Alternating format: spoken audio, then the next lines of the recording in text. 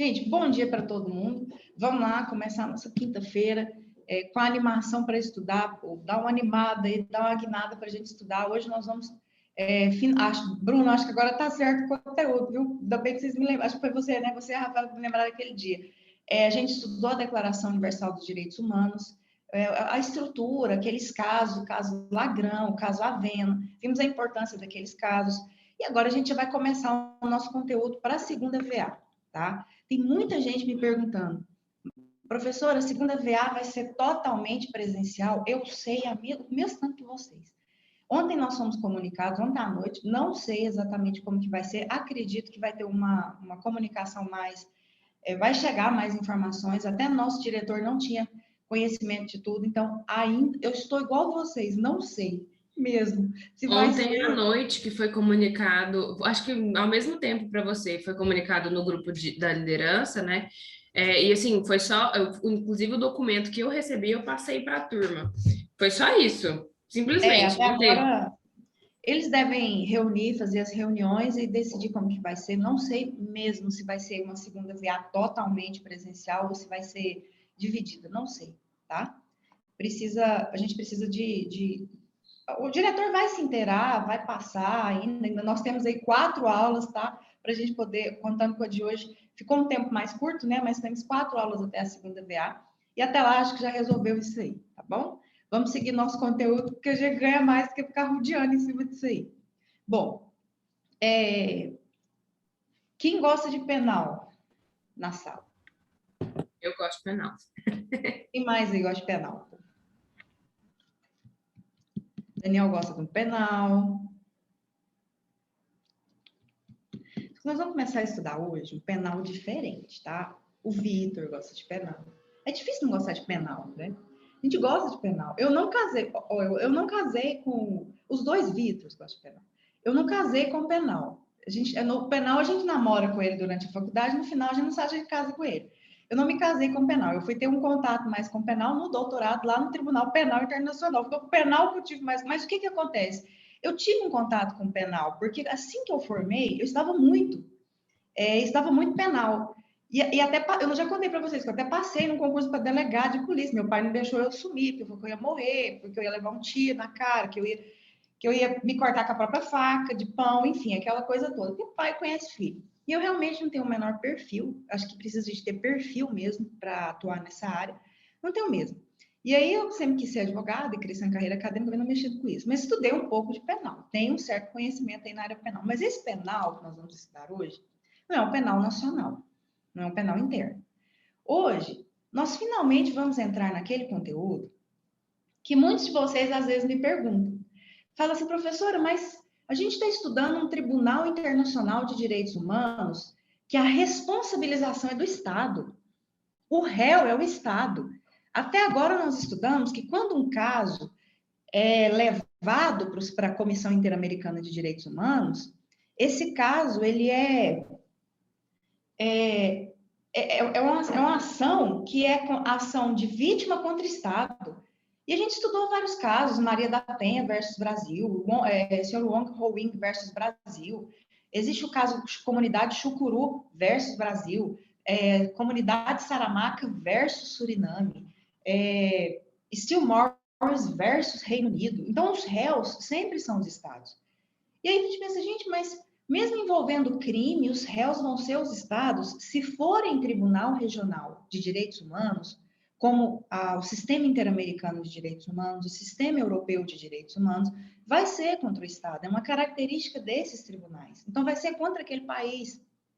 A gente viu também, até na aula passada, alguns casos que foram julgados pela Corte Internacional de Justiça. A gente ainda vai ter aula de ONU.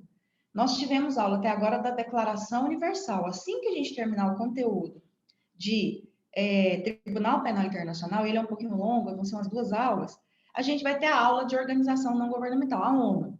E mas a gente já viu sobre a existência de uma corte da ONU, que se chama Corte Internacional de Justiça. E quando a gente estudou os casos lá da semana passada, que foi o caso dos irmãos Lagran e o caso Avena, a gente viu que os réus também eram estados. Então, a Corte Internacional de Justiça é um tribunal internacional que também julga países. E até agora, eu não sei quem foi que me perguntou, acho que foi o Felipe, que havia me perguntado, não tem uma responsabilização, um tribunal, em que a responsabilidade vai diretamente para aquela pessoa que cometeu o ato de violação de direitos humanos? Sim, existe um tribunal, só que esse tribunal ele só tem competência para julgar crimes que são de competência do Estatuto de Roma, que é a lei internacional que o cria. Então, hoje, nós vamos começar a estudar a responsabilidade penal internacional. Como nós estamos falando de uma responsabilidade penal, o réu não poderia ser um Estado, não poderia ser um país. Como que se aplica uma pena privativa de liberdade de 15 anos para um país? Como que se aplica uma pena de caráter perpétuo? Porque o Tribunal Penal Internacional prevê, o Estatuto de Roma prevê a possibilidade de se aplicar penas de caráter perpétuo contra o Estado, por exemplo. Algum nacional da Bélgica foi preso e processado lá no Tribunal Penal Internacional. Como que eu vou processar penalmente a Bélgica e mandar prender? Como que fica isso? Não, aqui agora chegou naquele ponto que desde que uma pessoa, primeiro, desde que o Estado faça parte daquele sistema internacional, porque tem que fazer parte do sistema internacional, e desde que atendidos os requisitos, vários requisitos, seja possível uma formalização de uma ação internacional penal, o réu é o causador, é o acusado, é uma pessoa, ou um grupo de pessoas. Então, nós vimos historicamente, vamos pegar em termos históricos, para a gente poder compreender como que nós chegamos a ter um tribunal penal internacional. Como que surgiu esse tribunal, que é um tribunal também de proteção aos direitos humanos, por quê? Porque todos os crimes de competência do Estatuto de Roma são praticados num contexto de violação de direitos humanos, e aí nós temos uma possibilidade de responsabilização de pessoas agora. Os réus aqui são pessoas, ou uma pessoa, ou um grupo de pessoas que são responsáveis por aqueles crimes que a gente vai ver também quais são os crimes de competência do Tribunal Penal Internacional. Vamos lá. Quando nós chegamos no final da Segunda Guerra Mundial, toda aula eu falo, né, em Segunda Guerra Mundial, dá para vocês perceberem que a Segunda Guerra Mundial é o marco internacional na consolidação dos direitos humanos no mundo. Por isso que cai muito nas provas aí essa questão de ser a Segunda Guerra Mundial e não a primeira. No fim da Segunda Guerra Mundial, nós tivemos toda aquela mobilização para a criação da própria Organização das Nações Unidas, a publicação da Carta das Nações, enfim. Mas o que acontece? Quando os nazistas foram presos, eles foram presos no fim da Segunda Guerra Mundial, com exceção de Hitler, porque havia morrido. Bom, não vou entrar em teoria da conspiração, que o Hitler foi para a América do Sul, aquela rota vermelha, enfim, vamos evitar entrar em uma aula falando sobre isso. Cada um vai ter as teorias aí do que realmente aconteceu. Vamos trabalhar com o que, né? Que não faz muita diferença aqui. Os nazistas que estavam na linha de frente, ali, tipo o primeiro escalão, eles foram presos. E o que aconteceu? Foi criado um tribunal para julgar esses nazistas. Eu estou fazendo um recorte, tá? Um recorte da Segunda Guerra Mundial para cá, para a gente compreender a importância de um tribunal penal internacional. Porque eles haviam praticado crimes contra a humanidade, eles haviam praticado crimes de genocídio, crimes de guerra. Então, tinha um contexto de crimes ali que tinham sido cometidos naquele período da Segunda Guerra Mundial. Ainda não tínhamos um Estatuto de Roma, uma lei internacional que trazia esses crimes, mas crimes contra a humanidade já tinha sido tratado na Carta de Havana, desde, se eu não me engano, na década de 30, se eu não me engano. Então, já se falava em crimes contra a humanidade, mesmo que não havia uma previsão na lei internacional. Então, eles foram presos, e aí pensou-se, olha, tem que julgar os nazistas, tem que fazer o julgamento deles. Como que vai ser esse julgamento? Quem vai julgar? Vai ser dentro de algum país que ganhou a Segunda Guerra? Não. Nós vamos ter que criar um tribunal internacional para poder fazer o julgamento. E esse tribunal ele foi criado. Então, aqui, quando a gente tem um fato que acontece, e nós temos a criação de um tribunal posterior ao fato, acho que vocês já ouviram falar disso, nós chamamos isso de tribunal de exceção. É um tribunal ad hoc. É um tribunal que é criado para julgar determinados crimes que já aconteceram. Ou seja, a criação do tribunal é posterior ao fato. Nós chamamos este tribunal de exceção ou tribunal ad hoc. A criação de tribunais de exceção é vedada hoje no nosso ordenamento jurídico, tanto que já existe um sistema judiciário para já julgar situações que vão acontecendo. Mas é proibido, hoje é proibido. Mas na época não tinha um tribunal internacional para fazer esses julgamentos. Não dava para jogar dentro de um país porque eram crimes contra a humanidade, então tinha que ser um sistema internacional. E aí o que aconteceu? Criou-se um tribunal para julgar os nazistas. Esse tribunal se chamou Tribunal de Nuremberg. Nuremberg porque ele foi construído no meio das ruínas, gente. Nuremberg estava em ruínas, é uma cidade da Alemanha que no final da Segunda Guerra estava toda destruída. Como que funcionou? Foram lá, principalmente Estados Unidos, né? Os ganhadores da Segunda Guerra Mundial, eles se uniram para construir um tribunal, ficou construído em cima das ruínas. Construíram mesmo um local para fazer o julgamento dos nazistas. Esse julgamento ficou conhecido como o Julgamento de Nuremberg. Eu recomendo que vocês vejam o filme. Existe, não o antigão, tem dois, tá? Tem um preto e branco antigão, não retrata muito bem. Mas o mais recente, não é tão novo assim não, mas não é documentário, não é cansativo, é um filme. É um filme mesmo em que vocês vão conseguir ver, retratar o mais próximo possível do que foi o julgamento, esse primeiro, porque teve vários. O julgamento desses nazistas ali da linha de frente é o julgamento de Nuremberg. E o filme é muito interessante, principalmente para quem quer Ministério Público, para vocês verem a atuação do promotor norte-americano.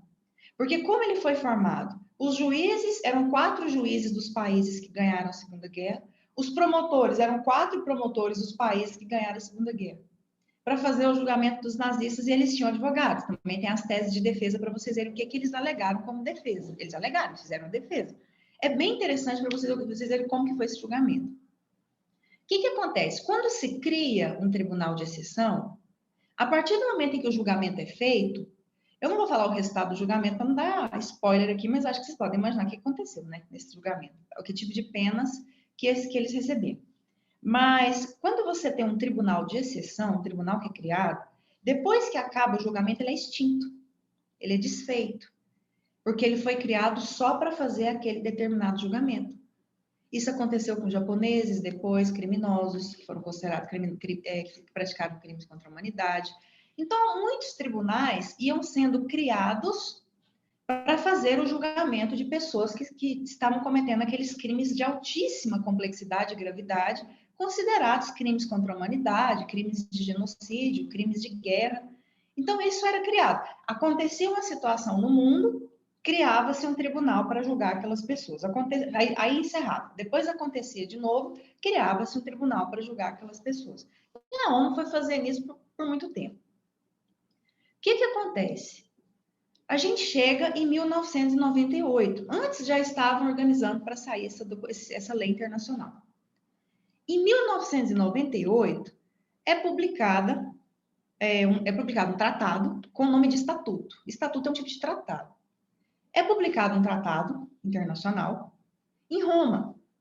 E esse tratado, ele recebe o nome de Estatuto de Roma.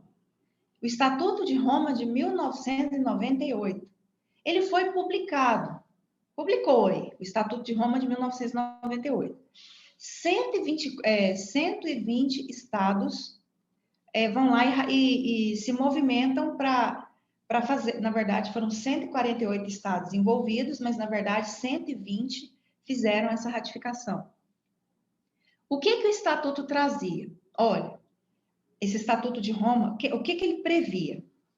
A criação de um tribunal penal permanente, ou seja, nós vamos evitar agora que tribunais sejam criados para julgar crimes contra a humanidade, genocídio, crimes de guerra, enfim. Nós vamos evitar essa criação contínua de tribunais diferentes.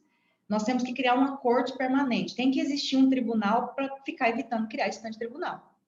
Então, cria um único tribunal. Então, o Estatuto de Roma cria o Tribunal Penal Internacional. O Tribunal Penal Internacional foi criado pelo Estatuto de Roma de 1998. Esse Estatuto de Roma, que é essa lei internacional, além de criar o Tribunal Penal Internacional, ele prevê o funcionamento do tribunal, ele prevê quais são os crimes de competência do tribunal, ele prevê, é como se fosse um grande código internacional penal, é como se ele misturasse o penal com o processo penal. Porque ele prevê os crimes ao mesmo tempo, ele prevê a criação do tribunal e ele prevê o procedimento até se chegar numa sentença. Prevê até como que funciona a entrega de uma pessoa para o Tribunal Penal Internacional. Então, o Estatuto de Roma é uma lei internacional muito completa, e a gente tem que lembrar que quem criou o Tribunal Penal Internacional? O Estatuto de Roma. Esse é o nome do tratado que criou o Tribunal Penal Internacional. Estatuto de Roma de 1998. O que o Estatuto de Roma prevê?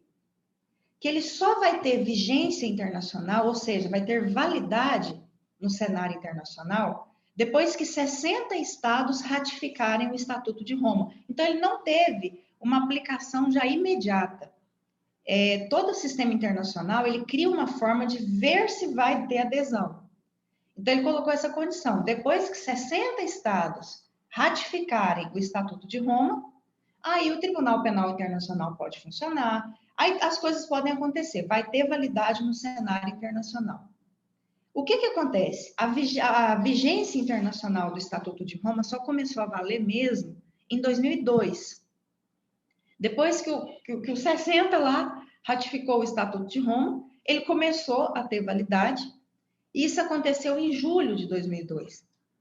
Então, em julho de 2002, o Estatuto de Roma passa a ter vigência internacional, ou seja, ter validade internacional. Antes ele era um documento, ele era uma lei que estava ali colocada esperando atingir ali a condição para ter validade no cenário internacional.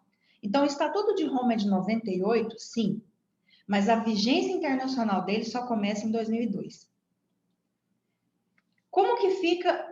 Aí o que acontece? Ele cria o Tribunal Penal Internacional, o Tribunal Penal Internacional começa o seu funcionamento, e nós temos aí um Tribunal Penal Internacional com sede na cidade da Haia, na Holanda também, e com algumas características que a gente vai estudar agora. Como que fica o Brasil nessa questão do Tribunal Penal Internacional? O Brasil ratifica o Tribunal Penal Internacional em 2002. Então, no próprio ano de 2002, quando ele entra em vigência internacional, o Brasil foi lá e ratificou o Tribunal Penal Internacional. Então, é a mesma coisa de eu dizer o seguinte: ratificou o Estatuto de Roma e aceitou a jurisdição do Tribunal Penal Internacional internamente. Então, quando a gente fala isso, aceitou esse sistema, ratificou, é a mesma coisa de eu dizer para vocês: um brasileiro, ele pode ser julgado, cometer um crime contra a humanidade aqui no Brasil. Ele pode ser julgado pelo Estatuto de Roma, porque pelo Tribunal Penal Internacional, por crimes previstos no Estatuto de Roma. Os crimes não estão previstos aqui em uma lei nacional. Então, o Estatuto de Roma define os crimes que são de sua competência. Então, se um brasileiro comete um crime que está previsto no Estatuto de Roma, ele pode ser processado e sentenciado pelo Tribunal Penal Internacional, porque o Brasil aceitou a jurisdição do Tribunal Penal Internacional. Tanto que isso acontece no ano de 2002. Em 2004, nós temos uma reforma constitucional, que foi a emenda 45, depois vocês dão uma olhada. E essa emenda 45 acabou inserindo no artigo 5º essa obrigatoriedade da jurisdição do Tribunal Penal Internacional no Brasil. Quando a gente pega ali a nossa Constituição Federal no artigo 5º, nos últimos parágrafos, não é nos últimos incisos, nos últimos parágrafos, eu não sei se é o parágrafo 3º ou 4º, ele fala que o Brasil está sujeito à jurisdição do Tribunal Penal Internacional, porque ele já tinha ratificado em 2002, essa alteração veio em 2004. Então, a gente consegue achar isso até na nossa própria Constituição Federal. Ok, aí deixa eu compartilhar aqui o material com vocês, para vocês verem.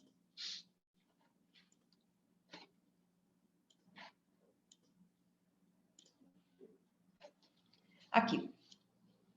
Só para vocês lerem o que a gente acabou de compreender, essa construção aqui dessa característica do Tribunal Penal Internacional é a própria posição do Brasil em relação ao Tribunal Penal Internacional. Isso aqui é a logomarca do TPI. Nós temos aqui uma criação, na verdade, um Estatuto de Roma, que é o Tratado do Sistema Internacional. Esse Estatuto de Roma, ele cria o Tribunal Penal Internacional. Esse Tribunal Penal Internacional, ele tem uma jurisdição criminal permanente, ou seja, ele já existe. Se acontecer um crime contra a humanidade hoje, em algum dos países que fazem parte, esse pode ser, claro que tem alguns requisitos, mas ele já existe. Não precisa se criar um tribunal de exceção para fazer esse julgamento. Ele vai ser encaminhado para o Tribunal Penal Internacional. Ele tem sede na Haia, na Holanda. Isso aqui é que a gente tem que tomar cuidado. Porque quando a gente estuda nos livros de direitos humanos, o termo Tribunal da Haia, ele está se referindo a esse tribunal aqui, ao Tribunal Penal Internacional. Porque lá na Haia, não sei se eu comentei com vocês, quando a gente chega lá e fala assim, eu quero ir num tribunal internacional, a pessoa fala assim, tá, qual? Qual? A gente só acha que só tem 2 aqui, não, tem uns 15 para 18, já deve ter sido extinto alguns, porque são de exceção, mas deve ter uns 15 para 18 ali. Então, lá tem os 2 principais. A maior, que é a Corte Internacional de Justiça, que é da ONU, é a chamada CIJ, ela fica também, ela tem sede na Haia, lá na Holanda, e o Tribunal Penal Internacional, que também tem sede na Haia, na Holanda. Então, só que cada um está num lugar diferente da cidade.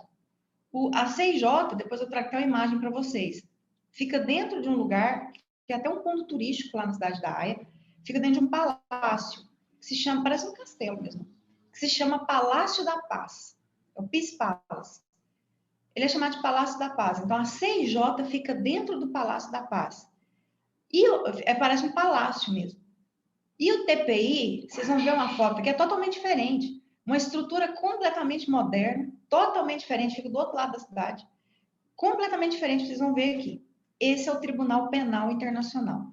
Quando vocês lerem nos livros Tribunal da Haia, é o tribunal, é o Tribunal Penal Internacional. Porque a Corte Internacional de Justiça, dificilmente ela é chamada de tribunal. Ela é corte mesmo. Então, tem diferença dos nomes, tá?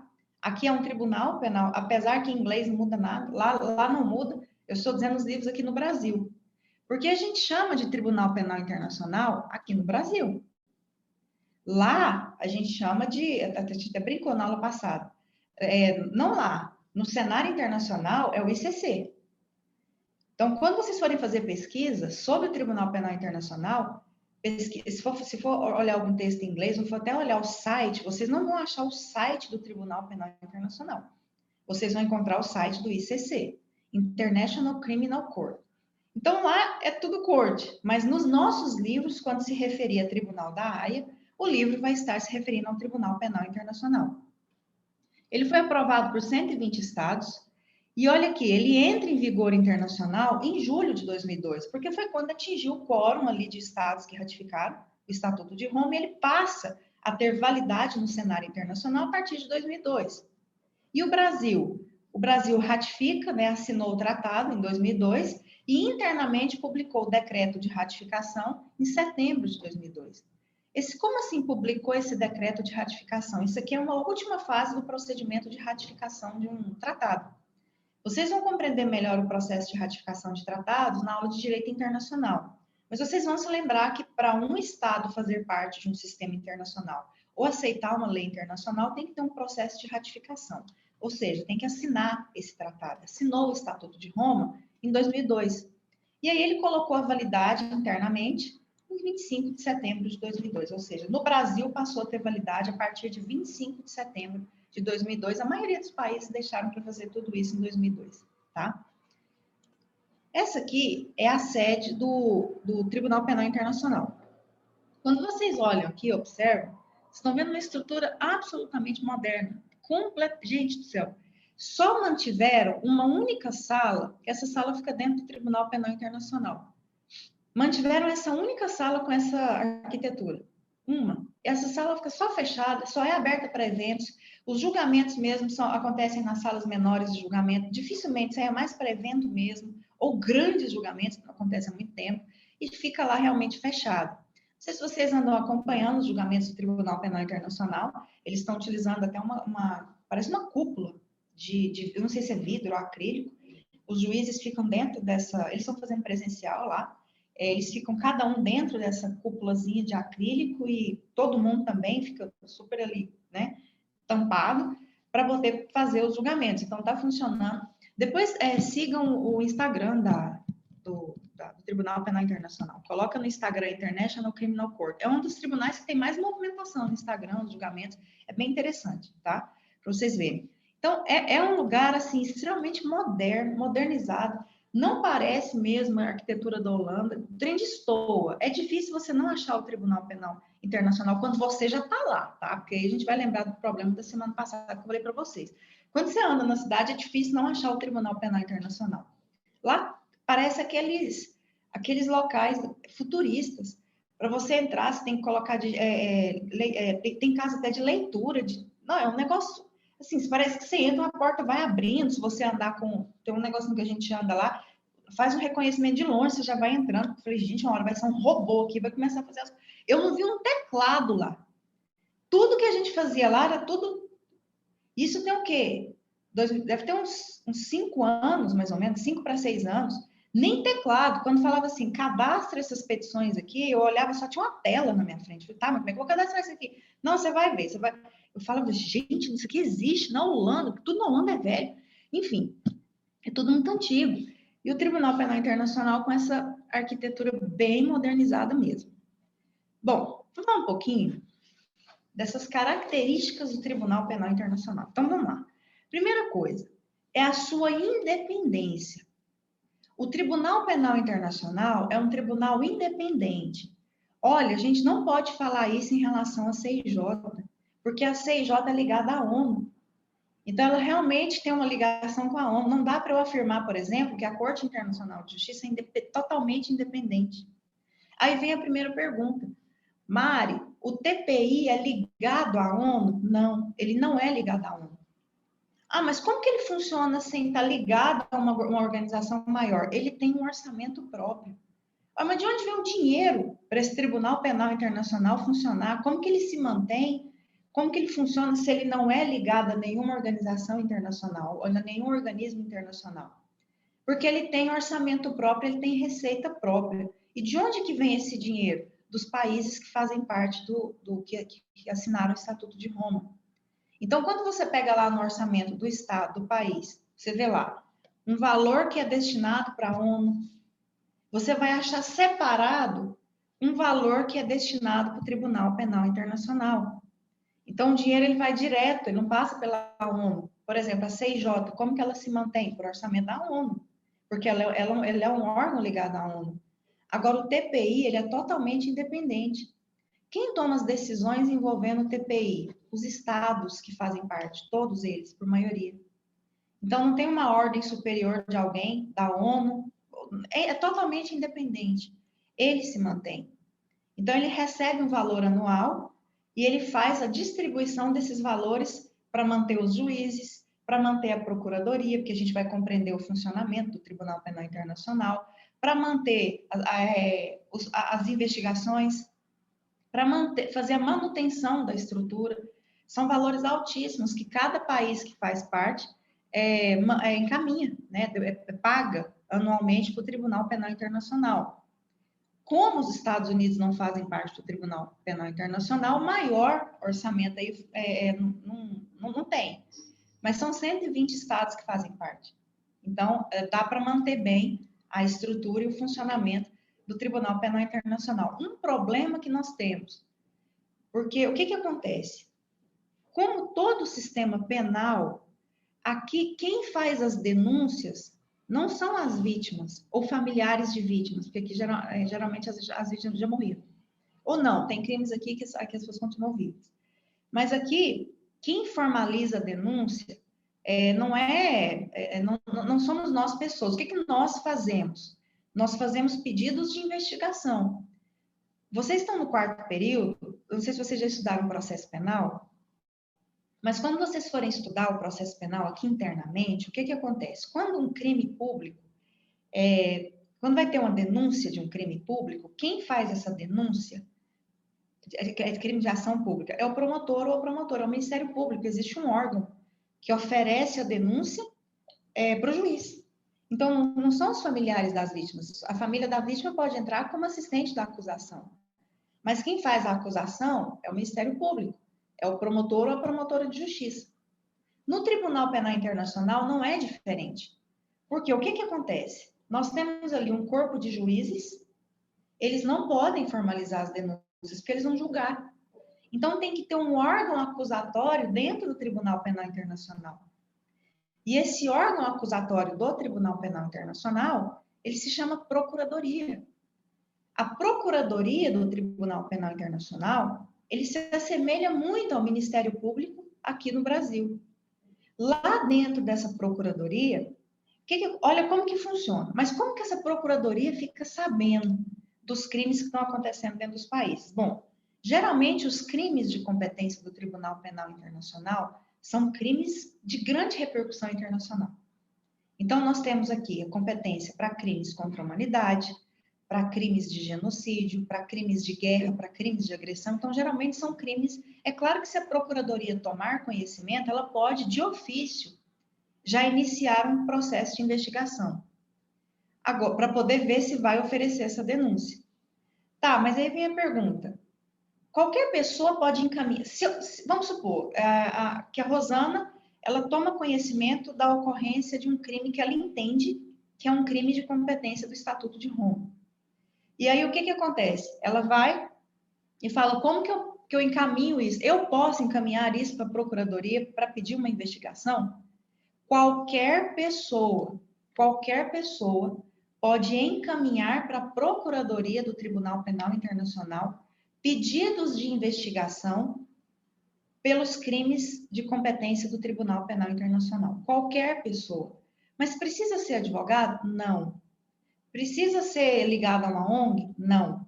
Qualquer pessoa que saiba narrar um acontecimento e entender, olha, entendo que isso é um crime contra a humanidade, um crime de genocídio, um crime de guerra, um crime de agressão, estou encaminhando aí para o Tribunal Penal, para a Procuradoria do Tribunal Penal Internacional, para que vocês apurem, porque assim, não é só encaminhar e a Procuradoria vai oferecer a denúncia contra a pessoa. A Procuradoria vai verificar se realmente se trata os requisitos, primeiros requisitos que a gente vai falar agora, e se realmente se trata de um crime previsto no Estatuto de Roma. Um grande problema, a Procuradoria não tem um orçamento muito grande para poder dar seguimento a todos os pedidos de investigação que chega para eles lá. Gente, é muita coisa. São milhares de pedidos. Imagina 120 estados fazendo parte do Tribunal Penal Internacional. Imagina uma procuradoria, já assim, antecipando para vocês, vocês vão ver, quem se interessa pelo assunto vai acompanhar e vai ver. Tem uma procuradora. Uma que está lá tem 100 anos, porque ninguém quer aquilo ali. Morre de medo. Assim, as pessoas querem ser... Até vou deixar depois a dica para vocês, porque não tem muitos advogados trabalhando lá. Desculpa. Não tem muitos advogados trabalhando lá. Então, lá tem uma procuradora que coordena toda a procuradoria e tem alguns procuradores assistentes que trabalham junto com a procuradora. Tem também profissionais do direito que estão ali trabalhando, então tem uma estrutura. Mas, no final, quem toma a decisão final mesmo para dizer o seguinte, olha, nós vamos denunciar essa pessoa, ou nós vamos oferecer a denúncia contra esse grupo de pessoas, é a procuradora.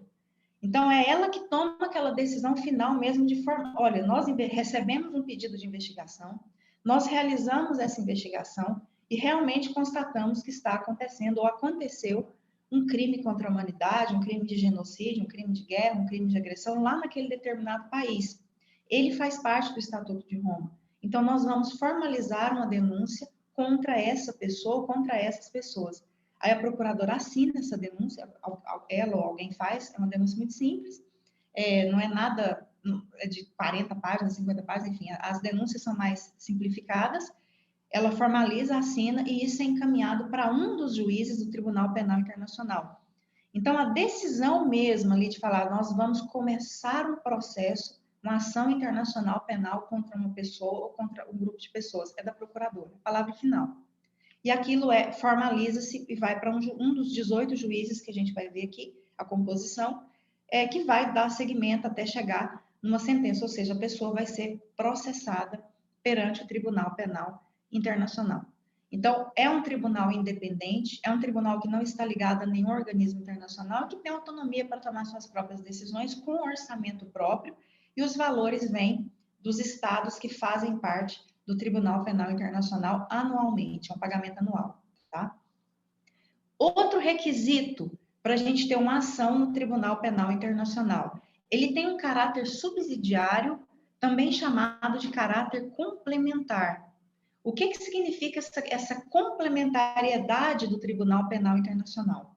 O Tribunal Penal Internacional ele só pode atuar se ficar comprovado que o sistema interno não fez. Parece muito aquele esgotamento das vias internas lá dos tribunais regionais de direitos humanos.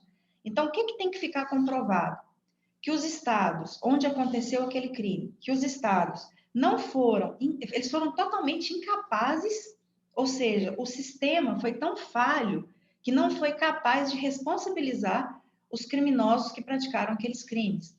Ou se ficar comprovado que o Estado não quis, porque alguém que cometeu o crime está ligado ao governo, e geralmente acontece isso, é alguém que está ali no alto comando. O primeiro caso não foi, é o caso Lubanga, o primeiro caso julgado no Tribunal Penal Internacional, depois vocês vão dar uma olhada, a gente vai estudar vários casos na próxima aula que foram julgados pelo TPI, mas assim, professor, qual foi o primeiro caso que foi julgado no Tribunal Penal Internacional? Foi o caso do Lubanga. Se eu não me engano, o nome dele é Tomás Lubanga. O Lubanga foi lá na República Democrática do Congo, tá? Que aconteceu o problema.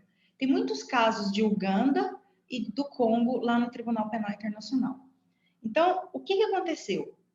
Lá dentro da República do Congo, uma pessoa que se insurgiu contra o governo, ele não era do governo, pelo contrário, ele era contrário ao governo. E aqui ficou mais fácil de fazer a prisão, porque quando a pessoa não está ligada ao governo, existe uma cooperação internacional maior do governo de entregar essa pessoa.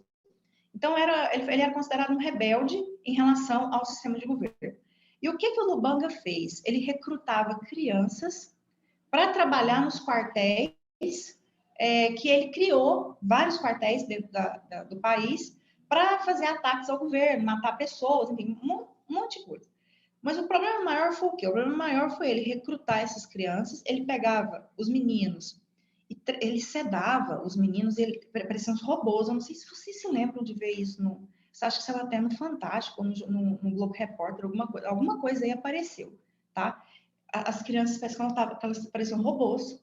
Então, eles ficavam ali sendo treinados para guerra mesmo, para guerrear, para matar meninos de 10, 11, 12 anos de idade.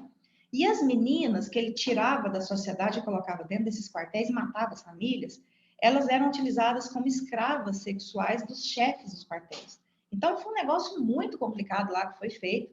E aí o próprio governo encaminhou um pedido de investigação em relação ao Lubanga, porque eles demonstraram que eles não tinham uma estrutura eficaz para para crimes dessa gravidade, e encaminharam um pedido para a Procuradoria do Tribunal Penal Internacional. Olha, pelo amor de Deus, cuida aí, ajuda a gente a responsabilizar, porque o negócio é complicado aqui no país.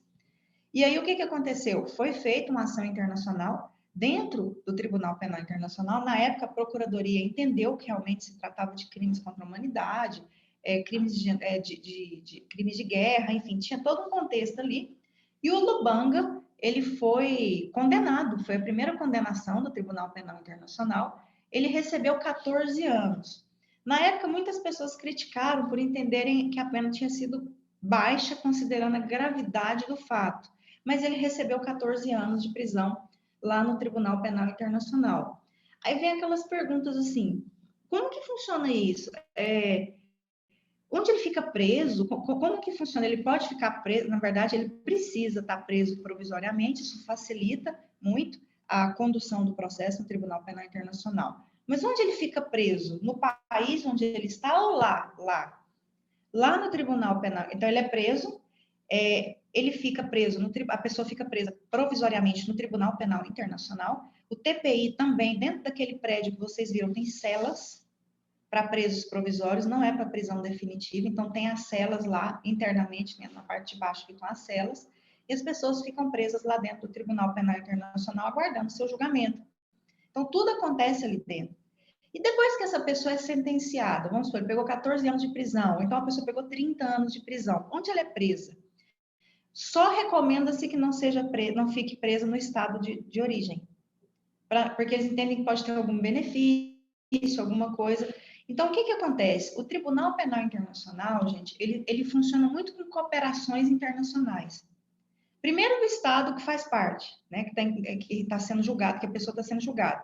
Mas quando não é muito possível, porque alguém do governo está sendo processado, e aí fica um pouco mais difícil, que não é nesse caso, ele busca uma cooperação internacional de outros países. Então, por exemplo, tem países como a Suécia, como a própria, que tem presídios que estão desativando, porque não tem quem pôr lá dentro, não tem condenado. Então, geralmente, eles fazem algum convênio com algum país para utilizar uma penitenciária para colocar esses presos dentro dessas penitenciárias. Então, pode ser algum lugar ali mais próximo, ficar mais próximo é melhor, geralmente, mas também pode ser algum outro, tá? Eu nunca vi um preso do TPI ficar preso aqui no Brasil, nunca vi mesmo ter colocar nesse sentido. O povo até fala, manda para o Brasil que vai ver o que é penitenciário, enfim. Mas, assim, nunca vi preso do TPI, sentenciado do TPI, ficar preso aqui no Brasil. Tá? Então, geralmente funciona assim. Então, olha só, parece muito, né, os outros tribunais internacionais. Para que realmente tenha uma ação internacional, tem que ficar comprovado que o nacional não funcionou, que não teve uma eficácia. Ou o próprio Estado fala quando a pessoa não está ligada ao governo. Olha, está acontecendo isso aqui dentro do Brasil, exemplo, tá? E nós não temos uma estrutura capaz de fazer um julgamento com essa gravidade desse crime. Vamos pegar o exemplo de Ruanda. Existiu um Tribunal Penal Internacional para Ruanda. A morte de 800 mil pessoas. Então, aquele general foi julgado pelo tribunal, ele foi julgado pelo Tribunal Penal Internacional para Ruanda. Então, Ruanda falou, olha, aqui não tem a menor condição, encaminha para aí. Aí a procuradoria olhou, verificou, falou, não, realmente, isso aqui é um crime de genocídio, porque lá foi um problema com etnias. Então, 800 mil pessoas não concordavam com a presença de uma determinada etnia. E aí matou 800 mil pessoas. Então, quando a gente fala de Tribunal Penal Internacional, nós estamos falando desse tipo de crime. É um negócio muito complicado aqui, não é o furto, não é o roubo, não é um homicídio num caso isolado, tem todo um contexto aqui, a gente vai estudar melhor quais são esses crimes de competência do Tribunal Penal Internacional. O negócio é pesado, é muito complicado mesmo. Os réus do Tribunal Penal Internacional é um negócio bem complicado. Quais são os crimes de competência do Tribunal Penal Internacional? São 4 categorias. Nós vamos depois ver cada ação de cada um. O que se considera crime de genocídio? O que é considerado cada um? Mas são 4 categorias de crimes. Então, o TPI tem competência para julgar crime de genocídio, crimes contra a humanidade, crimes de guerra e crimes de agressão. É igual ao penal nacional. Para uma pessoa ser julgada no Tribunal Penal Internacional, então, primeiro, o Estado tem que fazer parte do sistema. Segundo, tem que ficar comprovado que o Estado foi ineficaz ou não manifestou nenhuma vontade em fazer essa responsabilização. E terceiro, esse crime que essa pessoa ou essas pessoas cometeram são de competência do Tribunal Penal Internacional. E aqui nós temos 4 categorias de crimes. O Tribunal Penal Internacional só pode julgar crimes de genocídio, crimes contra a humanidade, crimes de guerra e crimes de agressão. Então, a competência do TPI, ela não é em relação ao crime que foi cometido no... O que eu estou querendo dizer? O crime que prevalece não é o crime lá do estado de origem da pessoa do país de origem da pessoa que cometeu. Lá no Congo, isso é considerado crime tal. Não. Aí o crime que vai ser enquadrado para ele lá na denúncia é o crime previsto no Estatuto de Roma. Então, quando uma pessoa está sendo julgada no Tribunal Penal Internacional, todas as regras que vão incidir nesse julgamento são as regras do Estatuto de Roma. Esquece as regras do país de origem dessa pessoa. Tanto que na próxima aula a gente vai falar das questões mais polêmicas. Por exemplo, Aqui no Brasil, não se permite a pena de caráter perpétuo. Não tem a pena perpétua. Mas lá no Estatuto de Roma, permite. O Estatuto de Roma só não permite a pena de morte. A pena de morte, ela não é muito bem, ela não é aceita no Sistema Internacional de Direitos Humanos. Então, nem no TPI tem a pena de morte. Mas tem a pena perpétua. A pessoa pode passar o resto da vida presa. Então, suponhamos que uma pessoa seja julgada pelo Tribunal Penal Internacional e no país de origem dela não tem a pena perpétua, mas ela recebe a pena perpétua, de caráter perpétuo, lá no TPI. Na hora, o Estado vira e fala assim, não, arruma essa pena aí, porque na origem dele não tem, ou dela não tem, mas aí tem. E o que vai prevalecer? Vai prevalecer o Estatuto de Roma ou vai prevalecer as regras do país de origem dessa pessoa que foi sentenciada? Então, pode ser que dê algum choque. E é um ponto que a gente vai tratar na próxima aula. Por quê? Porque toda vez, olha, o nacional, ele recebe as leis nacionais quando ele está sendo julgado aqui internamente, ou no país dele de origem.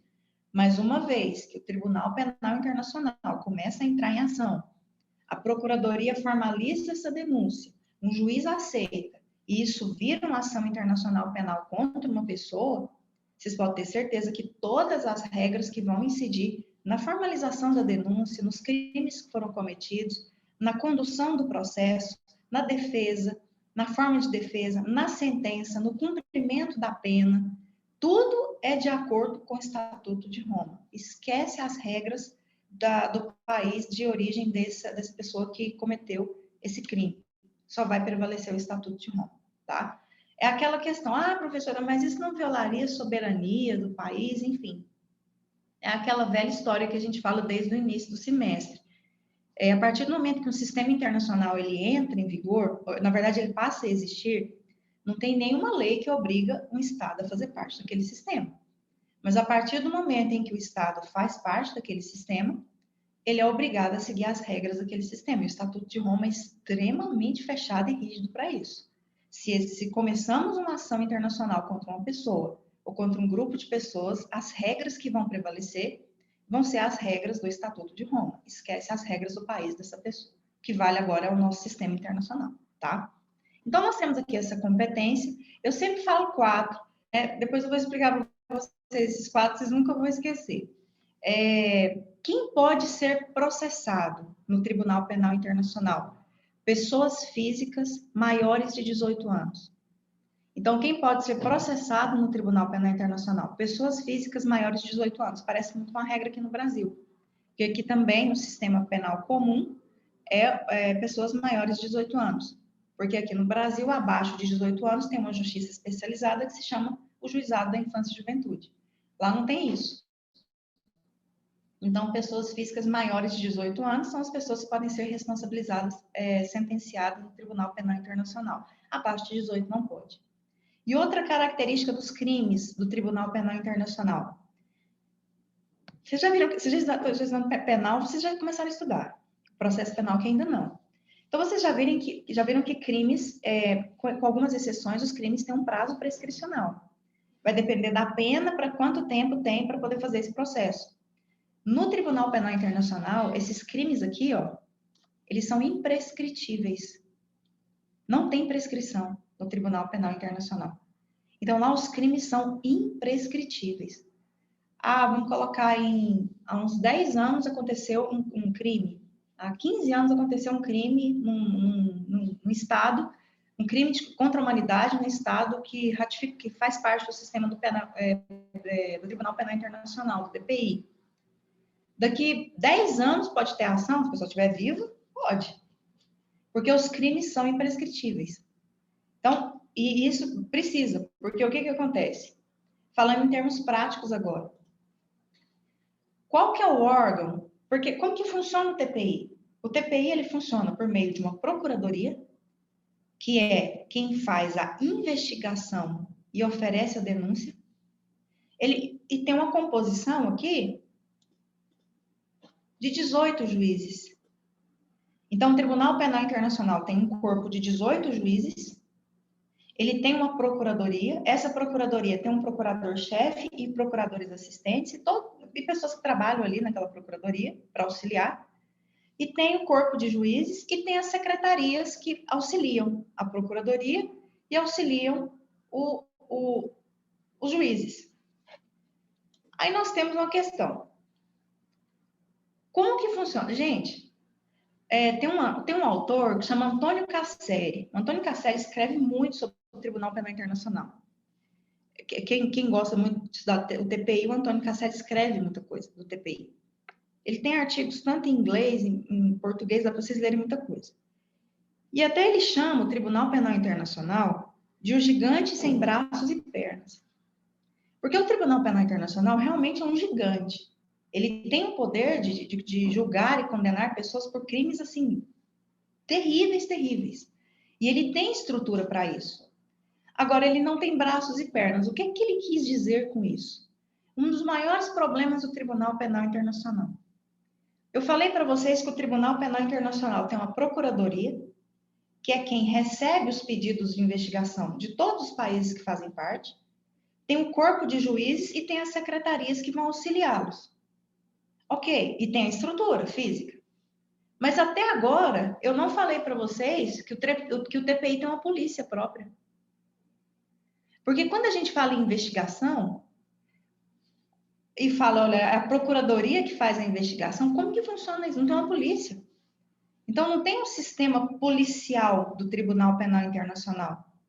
Tem essa falha aí. Então, como que a procuradoria investiga? Porque a procuradoria oferece denúncia.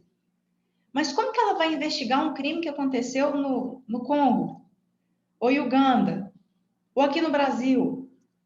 Como que vai na França? Como que ela vai investigar internamente para saber se realmente como que aconteceram as coisas? Precisa investigar. E a investigação, às vezes, ela precisa ser pessoal, precisa coletar informações, ouvir testemunhas, ouvir pessoas, fazer as investigações, ir nos locais. Investigação, como é que você faz a investigação de longe, gente? É complicado. E a função de investigação é da procuradoria, porque os juízes vão receber as denúncias da procuradora. E para ela oferecer a denúncia, ela precisa de elementos para fazer essa denúncia. Só que o TPI não tem polícia. Aí o que o Estatuto de Roma prevê? Prevê a cooperação internacional. Olha, se você está investigando essa pessoa, você solicita uma cooperação do Estado para fornecer informações sobre essas investigações. Ótimo, tá lindo lá no Estatuto de Roma. E quando o réu não faz parte do governo, ótimo. Agora, quando o réu faz parte do governo, igual aconteceu também já lá no Congo, no caso de Ruanda, que era o general lá responsável por Ruanda, que mandou matar as 800 mil pessoas. Vocês acham que a procuradora vai mandar um documento lá para Ruanda, pedir para o investigado... como é que... É muito frágil essa questão da cooperação internacional.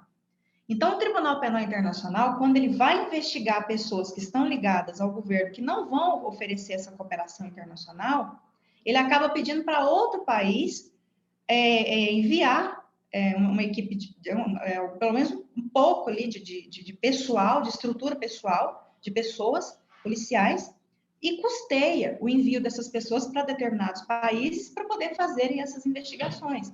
Uma situação de perigo muito grande. Porque se for um país mais tranquilo, ok, mas se manda para alguns países que vivem em constante conflito, é muito complicado. Então, acaba que a Procuradoria tem que ficar desembolsando valores para as investigações altos, porque a grande maioria dos réus são pessoas ligadas ao governo local, que não vão facilitar as investigações. Então, tem que pedir o auxílio de um país mais próximo, por questão geográfica. Olha, o seu país aí vizinho, que também é muito complicado, porque às vezes o país vizinho tem uma relação muito boa com o outro. Então, olha para vocês verem as dificuldades que existem dentro da Procuradoria para as investigações. É muito complicado, porque o orçamento é muito curto. Então, a grande dificuldade do Tribunal Penal Internacional é exatamente isso.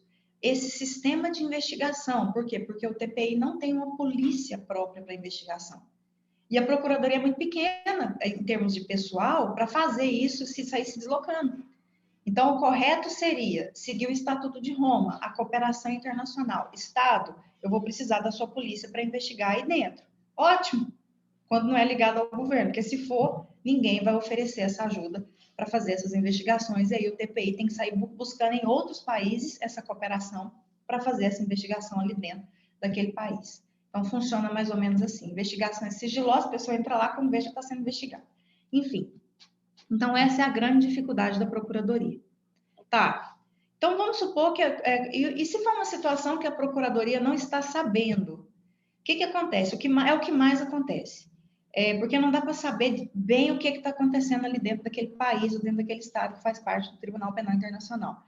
Então, geralmente, são pessoas, uma pessoa, ou um grupo de pessoas, ou uma ONG, ou advogados, que fazem os encaminhamentos dos pedidos de investigação. Então, faz o encaminhamento de pedido de investigação lá para a Procuradoria. Como que eu encaminho isso? Até por e-mail. A Procuradoria deixa disponível no próprio site do ICC, do TPI, e-mails para as pessoas encaminharem. Aí você diz, não, isso aí não vai chegar lá não. Chega. Posso garantir para vocês que eles leem. Isso é cadastrado.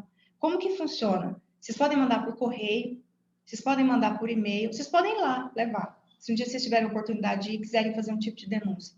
Mas chega. Então, como que acontece? Chega lá no Tribunal Penal Internacional, se for direto no e-mail, a própria Procuradoria encaminha para o sistema de protocolo para fazer um registro de entrada e aí vai gerar um processo. Se for por correio, eles encaminham direto para o protocolo, do protocolo vai para a Procuradoria. Tem um sistema de protocolo lá. Se for levar lá, vocês levam e entregam direto no protocolo. E tudo vai para a Procuradoria. Então, como que funciona assim? Para dizer para vocês exatamente como que chega na Procuradoria esses pedidos de investigação. Todos passam por um protocolo. Do protocolo, eles colocam dentro de umas gavetas, são 4 gavetas. Por que são 4 gavetas? Genocídio, crimes contra a humanidade, crimes de guerra, crimes de agressão. São 4 gavetas lá. Todo dia eles vão colocando ali dentro. Eles imprimem e colocam ali dentro. O pessoal da Procuradoria vai ali, não da Procuradoria ainda, do protocolo, tira diariamente aquilo que está dentro das 4 gavetas e coloca nas capinhas, são as capinhas amarelas. E fica lá empilhada esperando o pessoal da Procuradoria pegar. Então, pode ser por e-mail, pode ser do jeito que for, vai chegar. Fica lá empilhado. Eles vão juntando todos os documentos que eles receberam. Empilha aquilo ali e alguém da Procuradoria pega e vai cadastrar no sistema da Procuradoria. Pegar, ler o pedido de denúncia, olhar e falar realmente. Aí vai descrevendo os fatos, vai encaixando, colocando. E isso, a partir do momento que você conclui, a gente arquiva, assim, o pessoal arquiva, e aquilo ali já está no sistema da Procuradoria. Tudo foi digitalizado e já está no sistema da Procuradoria. Isso vai ser liberado para alguém lá da Procuradoria fazer a leitura e fazer uma triagem. E aí apresenta para o procurador os casos do dia. Olha, chegou isso. Olha, tem aqui 12 envolvendo o país X e um envolvendo... Separa tudo que for do país X para a gente dar uma olhada que pode estar no mesmo contexto. A gente vai precisar de uma investigação. Será que a gente tem? Entra em contato? Não tem. Aqui você não tem acesso. Então, vamos solicitar o apoio do país tal para poder fazer a investigação. Então, olha, eu falo, não, isso aqui não tem nada a ver com um crime do Tribunal Penal Internacional. Então, deixa aqui no arquivo provisório e dá um retorno. Então, é muito organizado esse sistema da Procuradoria. Mas a gente até brincava com essa questão das 4 gavetinhas. Todo dia alguém ia lá, dava uma olhada nas 4 gavetinhas e falava, meu Deus do céu, qual que é o bolo de hoje, a bomba de hoje? Eu queria mostrar para vocês, não sei se vocês já viram, eu já mostrei para vocês. Deixa eu só ver aqui. Mostrou não, professora.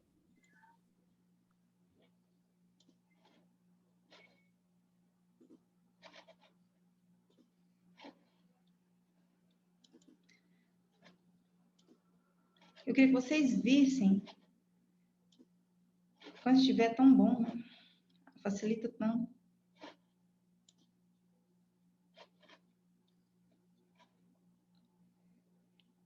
As únicas que eu tenho aqui realmente tem eu na foto, se tiver problema. Não tiver... Mas não tem não, vocês olham para mim aqui toda quinta. Toda quinta, né, professora? Deixa eu mostrar para vocês aqui, fica mais fácil. Não pode tirar foto lá dentro, mas a gente às vezes burlava o sistema para tirar foto. Essa aqui. Não, essa aqui não é essa aqui, não. Tá, mas só que a gente já está nessa aqui. Lembra que eu falei para vocês que depois do protocolo sai os pedidos de investigação, eles são autuados em processos? São esses processos aqui, ó. Não tem teclado, viu? Aí a gente cadastra os processos, todos esses processos aqui são cadastrados e são encaminhados para o acesso da Procuradoria para avaliar se aquilo vai virar um pedido de investigação formal ou não. Então, isso aí é cadastrar aquilo que chega de pedido de denúncia dos diversos países, tá? Chega aí, o protocolo organiza desse jeito e a Procuradoria começa a organizar para lançar isso no sistema, para tirar do físico. Não se trabalha muito com o processo físico. O físico chega no máximo, é isso aqui. Mas não é isso que eu tô querendo mostrar para vocês, é o outro. É isso aqui, ó. Lembra das 4 gavetinhas aqui? Não dá para ver direitinho, mas cada uma, aqui, se eu não me engano, está escrito genocídio, crimes contra a humanidade, crimes de guerra e crimes de agressão. São gavetas, são bem fundas, tá? Parece que são pequenininhas, mas cabe muita coisa aí dentro. Então, aqui, eles colocam, separam como chega lá, se é genocídio, crime de guerra, crime contra a humanidade, crime de agressão, o protocolo organiza aqui dentro. Depois daí, dos papéis, eles viram aqueles processinhos amarelos. Depois daqueles processinhos amarelos, a gente cadastra, vai para um sistema e eles vai direto para o sistema da Procuradoria. Então, tem todo um trâmite dentro do Tribunal Penal Internacional. Ali parece que tem uma quinta gaveta, uma gaveta maior. São documentos diversos, ofícios, porque convite, é convite que chega, ofício são documentos diversos. Agora, os pedidos de investigação, eles ficam separados. Em cima aqui tem o nome, ó, genocídio, crimes contra a humanidade, crimes de guerra e crimes de agressão. Fica mais fácil aí quando separa desse jeito. Às vezes o trem sai meio misturado. Porque, às vezes, um fato, ele é considerado tanto crime de guerra como crime de agressão. Um fato pode ser considerado tanto crime contra a humanidade como genocídio. Então, às vezes, fica difícil separar, porque, às vezes, um caso enquadra nos 4 crimes. Aí vai ser na dosagem da pena que vão verificar melhor. Mas, pessoal, para a gente poder compreender, é mais ou menos, até agora, vai dar 9h30, e eu falo para vocês brigar comigo esses dias, porque eu estava chegando muito perto do intervalo e estava atrapalhando a aula do professor. Já está quase chegando 9h30, mas o que nós estamos estudando aqui? Nós estamos estudando um Tribunal Penal Internacional, resumindo, que foi criado por um Estatuto de Roma, que é uma corte permanente para julgar, que foi criada para julgar crimes contra a humanidade, crimes de guerra, crimes de agressão e crimes de genocídio. Então, esses crimes estão definidos no Estatuto de Roma. Esse Tribunal Penal Internacional, ele entra em vigência internacional, ele tem validade no cenário internacional em 2002. Esse Tribunal Penal Internacional é um tribunal independente, ou seja, ele não está ligado à Organização das Nações Unidas, ele tem um orçamento próprio. Esse Tribunal Penal Internacional, ele só pode atuar quando ficar comprovada a ineficácia do Estado ou o Estado não teve vontade nenhuma de investigar aquela pessoa que cometeu aquele crime. Esse Tribunal Penal tem um procedimento próprio. Quem oferece a denúncia contra o acusado ou os acusados é a Procuradoria, depois de uma investigação, mas sem polícia própria. O Tribunal Penal Internacional não tem um sistema de policiamento próprio. Então, o que vigora é a cooperação internacional. Precisamos da sua ajuda, do seu Estado, da sua polícia, para ajudar a fornecer elementos para ver se a gente vai oferecer a denúncia ou não. Quando o Estado tem alguém ligado ao governo, ele não vai colaborar. Então, ele vai procurar em outro país uma cooperação internacional em termos de fornecer pessoal em relação ao policiamento. Estudamos que é um Tribunal Penal Internacional que tem competência para julgar esses 4 crimes, que só pode julgar pessoas físicas maiores de 18 anos, menores de 18 anos não podem ser julgados no Tribunal Penal Internacional. E até agora já vimos que são crimes que são considerados crimes imprescritíveis. Nenhum crime do Tribunal Penal Internacional vai prescrever. E só pode julgar casos, crimes, pessoas de países que fazem parte que assinaram o Estatuto de Roma, que fazem parte do Tribunal Penal Internacional. Por exemplo, o Iraque não faz parte do Tribunal Penal Internacional. Aconteceu um problema de crime contra a humanidade dentro do Iraque. O Tribunal Penal Internacional, ele não pode julgar esse iraquiano que cometeu o crime lá dentro do Iraque. Mas, por exemplo, aí é o que a gente vai aprofundar na próxima aula. A Palestina passou a fazer parte do Tribunal Penal Internacional.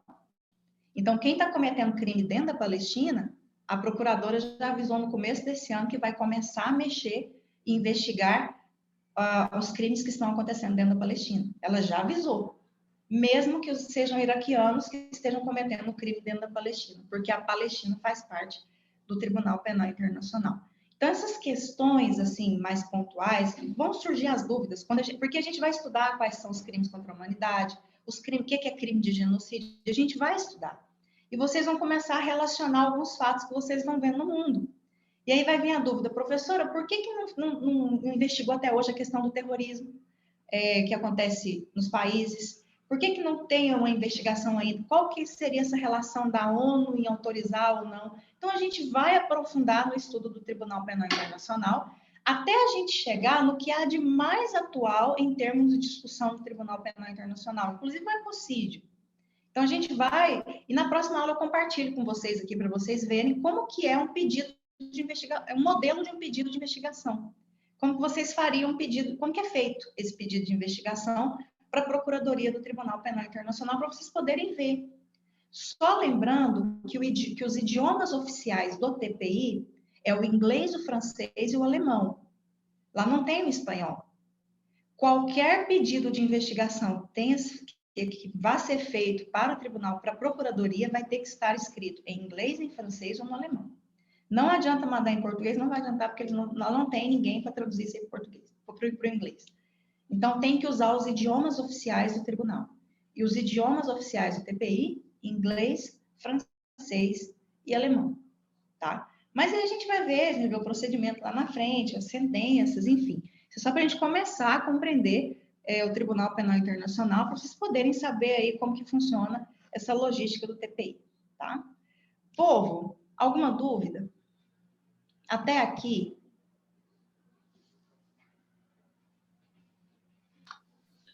Acredito Até aqui que tudo não, certo? professora. Tudo certo. Tá.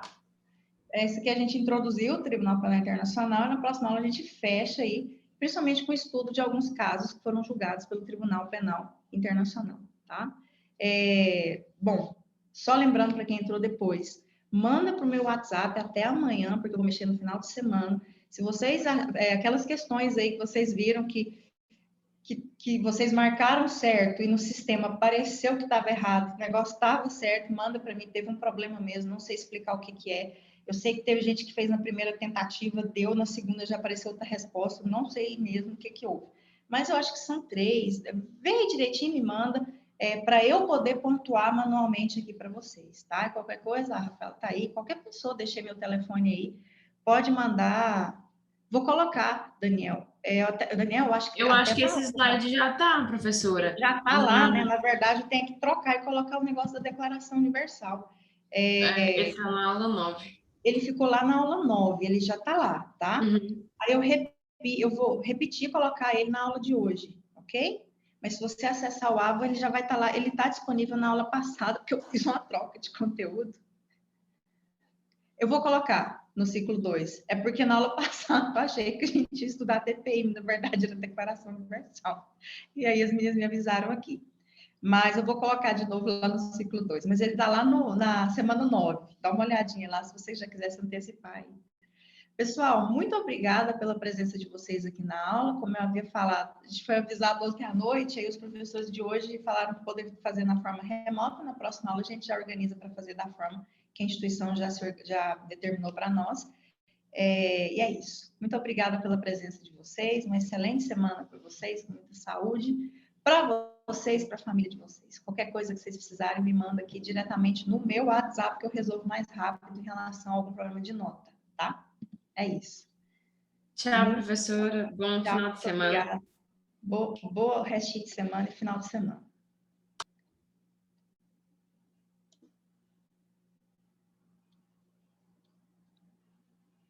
Para vocês também. Obrigada. Obrigada, Marcos. Obrigada, Vitor.